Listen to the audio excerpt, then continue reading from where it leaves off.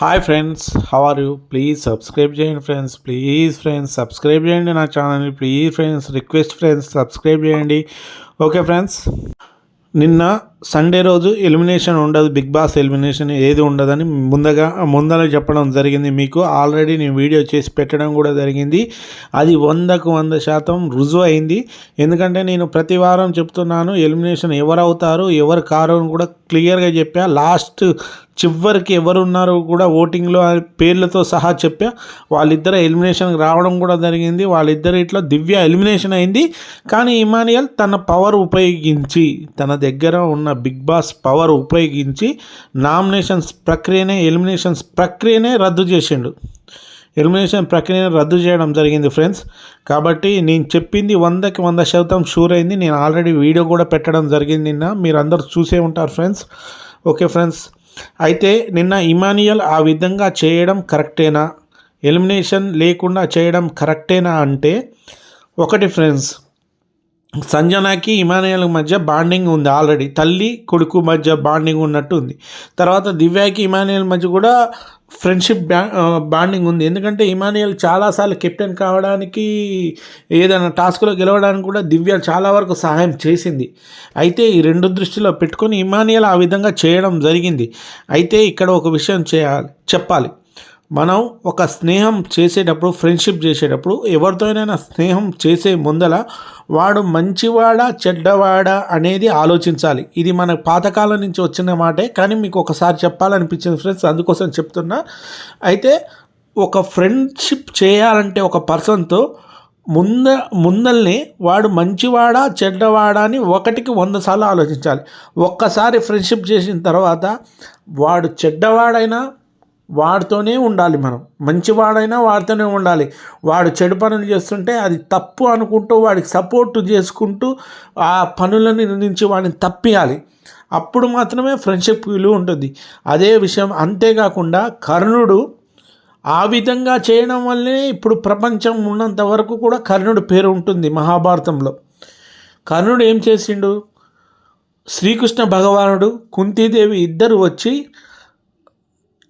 కర్ణ, ఇప్పుడు నువ్వు కుంతీదేవి నీ కొడుకని ఒప్పుకుంటుంది కాబట్టి నువ్వు దుర్యోధనుని వదిలేసి నువ్వు మా వైపు వచ్చాయి.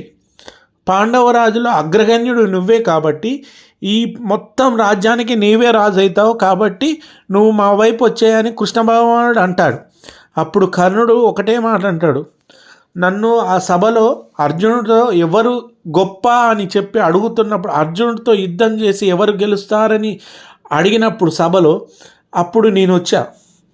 కర్ణుడు నేను వచ్చి నేను అర్జునుని ఓడించి యుద్ధం చేయగలను అన్నప్పుడు అందరూ నన్ను రథసారథి కొడుకువి, రాధేయ కొడుకువి అని నన్ను అవమానించిర్రు, హేళన చేసిర్రు.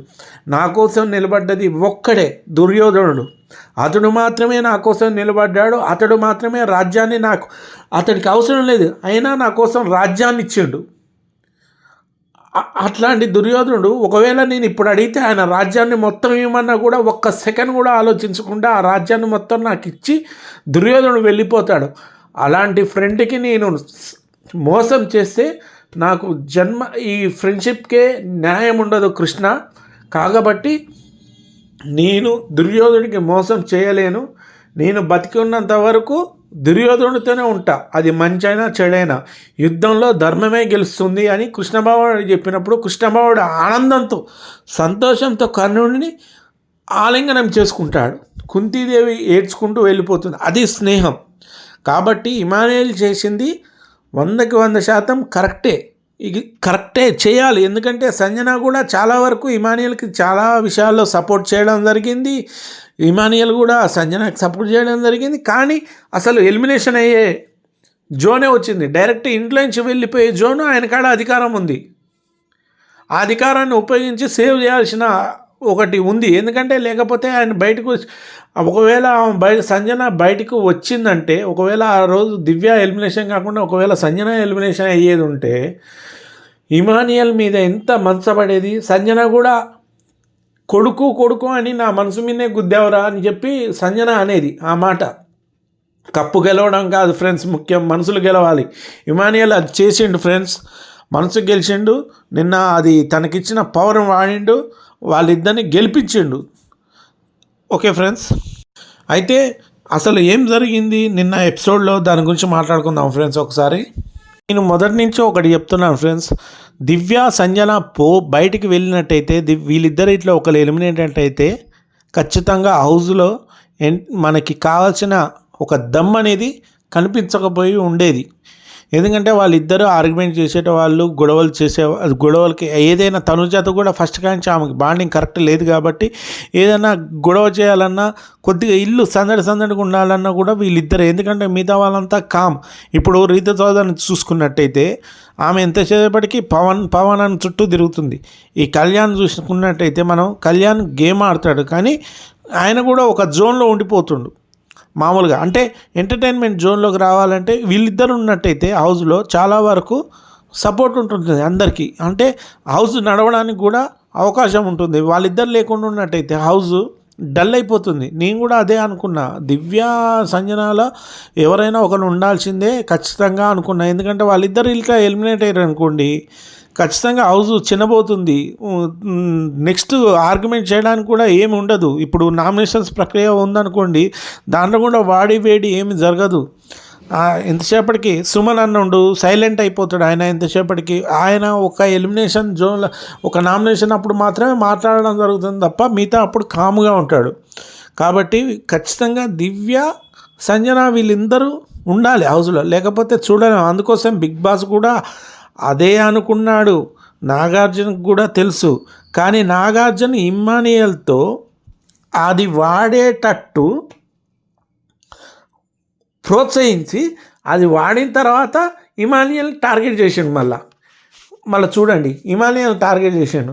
తనుజకి పాపం 2 సార్లు 3 సార్లు కాపాడే అవకాశం వచ్చింది తన దగ్గర ఉన్న పవర్, కానీ ఆమె జనాల ఓట్లను మాత్రమే పరిగణనలో తీసుకుంది. వాళ్ళ ఓట్లను మాత్రమే తీసుకొని ఆమె సేవ్ చేయలేదు అని మళ్ళా చెప్పడం జరిగింది. అంటే ఇక్కడ ఇమానియల్ని ఇబ్బంది పెట్టడమే. తనుజ మంచిది, దాని గురించి నేను అనట్లే. తనుజ కరెక్టు, ఆమె లాంటి సోదరి ఉండాలని కోరుకుంటారు, ఆమె లాంటి వ్యక్తి మన ఇంట్లో ఉండాలని కోరుకుంటారు. ఎందుకంటే ఆమె బిహేవియర్ అయితేంది, ఏది తీసుకున్నా కూడా తనుజ పర్ఫెక్టే. కానీ నిన్న ఇమానియల్ చేసింది 100% కరెక్టే ఫ్రెండ్స్, ఖచ్చితంగా. అయితే ఇమానియల్ వాడిన తర్వాత తనుజ పాపం ఆమెకి అర్థం కాలే, అదే ఇమానియల్ వాడిండని. అసలు నువ్వు ఉంచుకున్నట్టయితే ఫినాలే టాస్క్లో ఉపయోగపడేదేమంట. కానీ ఆల్రెడీ నాగార్జున గారు ఆడ బల్లగుద్ది చెప్పిండు ఒకటే, ఇది లాస్ట్ పవర్, చివరి పవర్, ఈ రోజుతో వాడకపోతే ఆ పవర్ నీ దగ్గర నుంచి వెళ్ళిపోతుందని నాగార్జున గారు చెప్పడం జరిగింది. ఆ పవర్ ఎవరికి ఉపయోగపడదని కూడా నాగార్జున గారు చెప్పడం జరిగింది. దీంతో ఇమానియల్ తప్పని పరిస్థితి కాదు, ఖచ్చితంగా వాడేవాడు, ఖచ్చితంగా పవర్ వాడతాడు ఇమానియల్. అది 100% నాగార్జున గారికి కూడా తెలుసు. ఎందుకంటే సంజనని ఎలిమినేట్ కానియాడు. అందుకోసం ప్రతిసారి ఒకరిని సేవ్ చేసి తర్వాత పవర్ అస్తరా గురించి మాట్లాడేవాడు. ఈసారి ఏం చేసిండు, డైరెక్ట్ ఎలిమినేషన్ ప్రక్రియనే రద్దు చేయడం జరుగుతుందని నాగార్జున గారు చెప్పడం జరిగింది ఫ్రెండ్స్. ఇది మీరు గమనించాలి. ఎందుకంటే ప్రతిసారి ఒకరిని సేవ్ చేసేవాళ్ళు, తర్వాత అధికారాన్ని ఉపయోగించమని అడిగేవాళ్ళు. ఒకవేళ ఈయన అయితే ఈయన ఎలిమినేషన్ అవుతుంది. అందుకోసం ఆడ పక్కా తెలుసు నాగార్జున గారికి దివ్య ఎలిమినేషన్ అవుతుంది కాబట్టి అది చెప్పకుండా నువ్వు పవర్ అస్త్రా వాడు అని ఇమానియల్ మీద టార్గెట్ పెట్టారు. ఇమానియల్ చేసేది ఏం లేక పవర్ అస్త్రా వాడడం జరిగింది. Okay friends, please subscribe my channel, please like my videos. Okay friends.